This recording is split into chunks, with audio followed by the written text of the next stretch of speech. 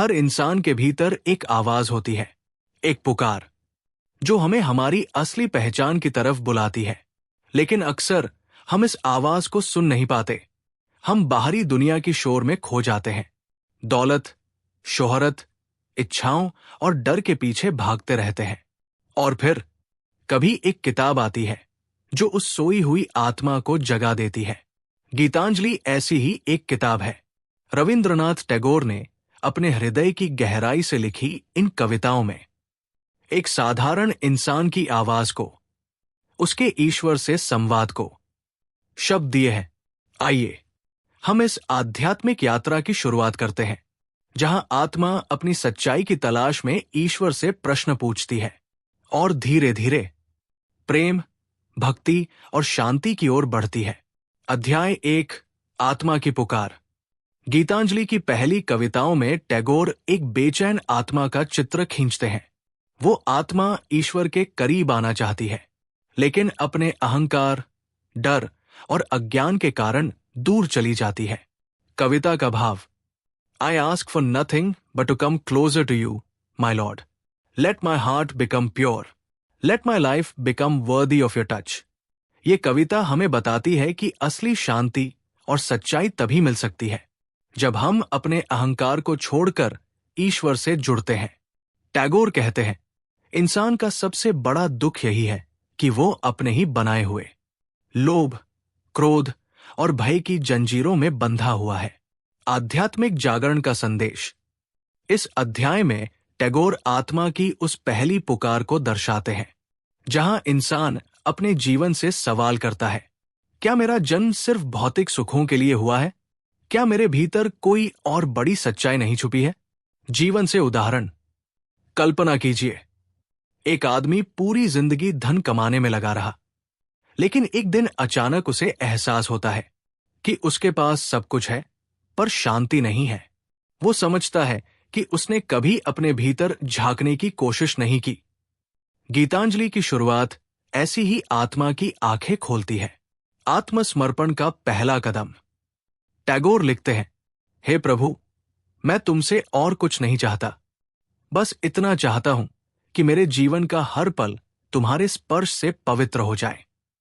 ये केवल एक प्रार्थना नहीं, बल्कि आत्मसमर्पण का पहला कदम है। मुख्य सीख की टेकअवे।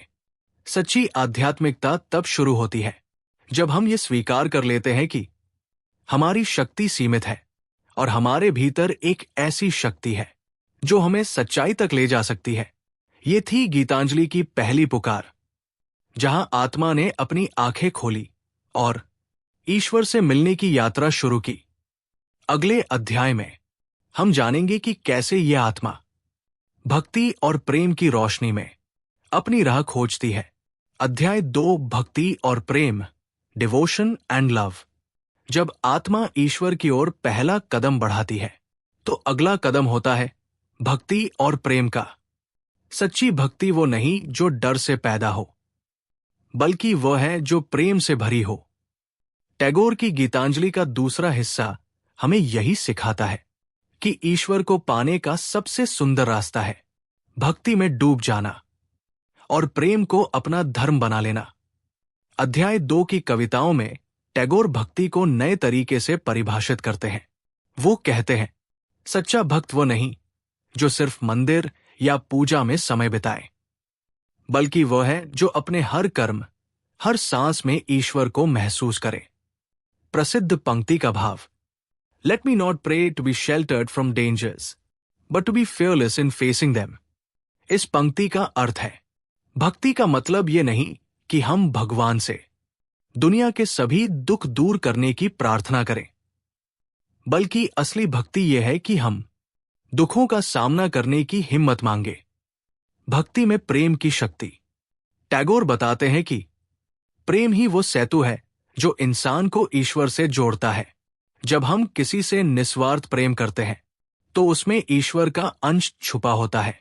जैसे एक मां अपने बच्चे से प्रेम करती है या कोई व्यक्ति भूखे को खाना खिलाता है, वो प्रेम असल में ईश्वर की पूजा है। भक्ति का असली रूप। भक्ति का मतलब भागना नहीं, भक्ति का मतलब है हर मुश्किल का सामना प्रेम और धैर्य से करना। टैगोर लिखते हैं, भगवान से मत कहो कि मेरा रास्ता आसान कर दो, बल्कि उनसे कहो कि मुझे इतना मजबूत बना दो कि मैं हर कठिनाई का सामना कर सकूं। जीवन का सबक की टेक अवे। असली भक्ति तब शुरू होती है जब हम भगवान से कुछ मांगना बंद कर देते हैं और सिर्फ ये कहते हैं, जो भी हो मैं तुम्हारा हूं और तुम्हारे प्रेम में सब सह लूंगा। इस अध्याय में हमने जाना कि भक्ति और प्रेम हमें ईश्वर के और करीब लाते हैं, लेकिन यात्रा यही खत्म नहीं होती। अगले अध्याय में हम देखेंगे कैसे इंसान का मन आजादी चाहता है, कैसे वो भय और बंधनों को तोड़कर ज्ञान और साहस की उड़ान भरता है। अध्याय 3, स्वतंत्रता और साहस, फ्रीडम एंड करेज। जब आत्मा भक्ति और प्रेम में डूब जाती है तो वो अपने भीतर एक नई ताकत महसूस करती है, एक ऐसी ताकत जो उसे डर से मुक्त करती है और सच्ची स्वतंत्रता का स्वाद चखाती है। गीतांजलि का 3रा अध्याय हमारे दिलों में आजादी और साहस का दीपक जलाता है। ये हमें याद दिलाता है कि ईश्वर हमें कमजोर नहीं बल्कि निर्भीक और आजाद बनाना चाहता है। इस अध्याय की सबसे प्रसिद्ध कविता है, Where the mind is without fear and the head is held high, where knowledge is free। Tagore कहते हैं, सच्ची आजादी वो नहीं जो सिर्फ बाहर दिखाई दे। असली आजादी तब मिलती है जब मन में कोई भय न हो, जब हम सच बोलने और न्याय के लिए खड़े होने से न डरें। भीतर का साहस। साहस का मतलब ये नहीं कि डरना बंद कर दो। साहस का मतलब है कि डर के बावजूद सही काम करने का हौसला रखो। जैसे एक बच्चा पहली बार चलना सीखता है, गिरने का डर होता है, लेकिन वो कदम उठाता है क्योंकि उसके भीतर आगे बढ़ने का साहस होता है। ज्ञान की स्वतंत्रता। टैगोर लिखते हैं कि ज्ञान केवल किताबों तक सीमित नहीं होना चाहिए। ज्ञान तभी सच्चा है जब वो सबके लिए खुला हो, जब हर इंसान अपने विचार खुलकर व्यक्त कर सके। मुख्य संदेश। डर हमें जंजीरों में बांधता है। समाज के नियम, रूढ़ियां और अज्ञान हमारे मन को कैद कर देते हैं, लेकिन जब आत्मा ईश्वर से जुड़ती है तो वो इन बंधनों को तोड़ देती है और निर्भीक होकर सच्चाई के रास्ते पर चलती है। जीवन से जुड़ा उदाहरण। कल्पना कीजिए, कोई व्यक्ति अन्याय के खिलाफ आवाज उठाना चाहता है, लेकिन डरता है कि लोग क्या कहेंगे। तभी वो भीतर से आवाज सुनता है, सच्चाई से मत डर, यही साहस तुम्हें आजाद करेगा। इस अध्याय में हमने देखा कैसे गीतांजलि हमें भय से मुक्त होकर ज्ञान, न्याय और सच्चाई की राह पर चलने का साहस देती है। अब आत्मा इस स्वतंत्रता का अनुभव कर चुकी है, लेकिन जीवन का सबसे बड़ा सवाल अभी बाकी है। मृत्यु से सामना होने पर क्या होगा? क्या आत्मा डर जाएगी या ईश्वर में पूरी तरह समर्पित हो जाएगी? अगले अध्याय में हम जानेंगे जीवन और मृत्यु का गहरा रहस्य। अध्याय 4, जीवन और मृत्यु का रहस्य, लाइफ एंड डेथ मिस्ट्री। हम सब जीवन को समझने में लगे रहते हैं, लेकिन मृत्यु का नाम सुनते ही हमारा मन डर से भर जाता है।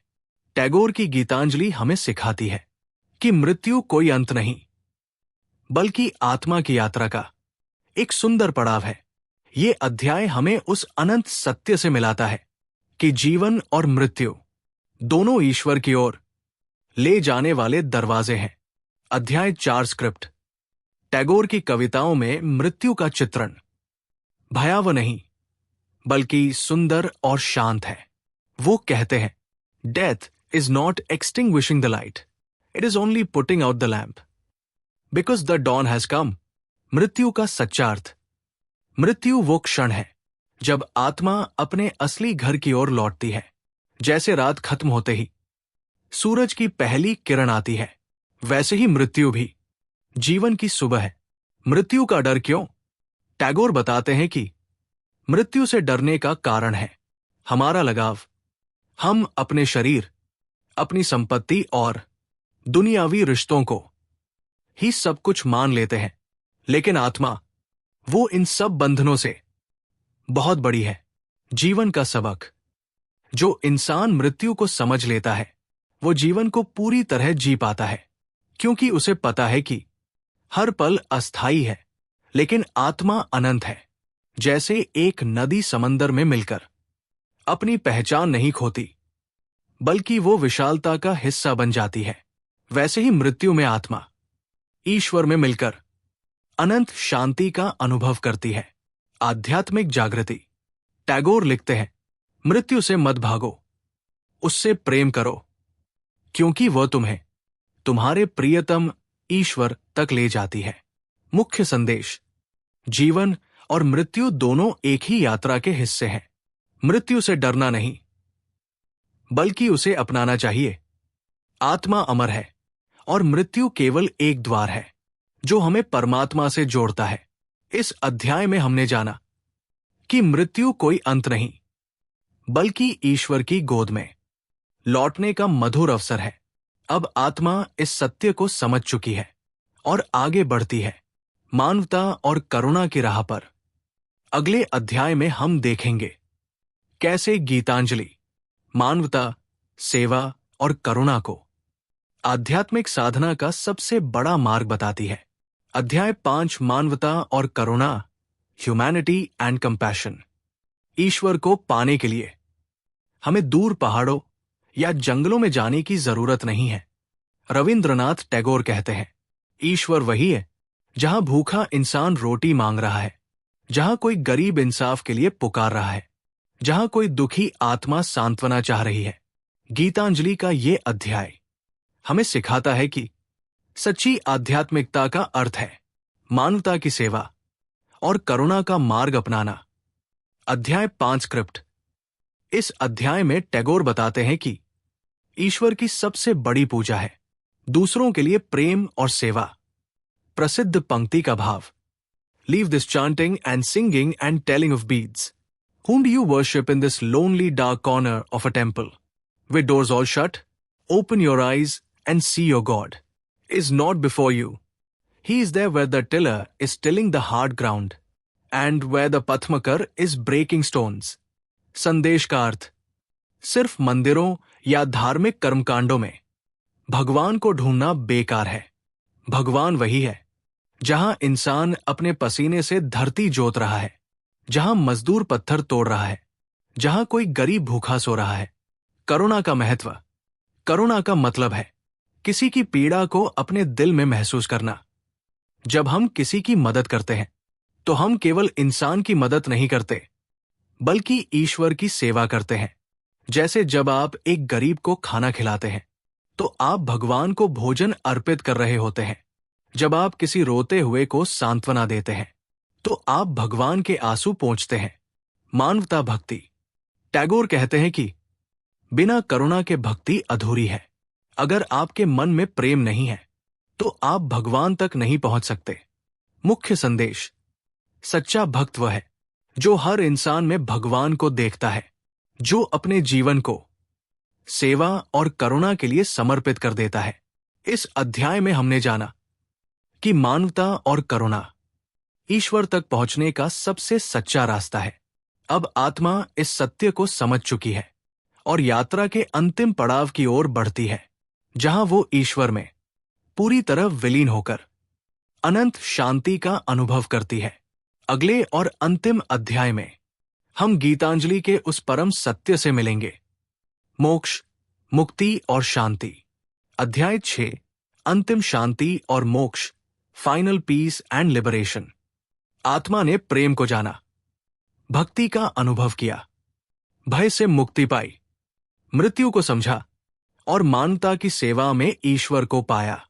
अब यात्रा का अंतिम क्षण आ गया है।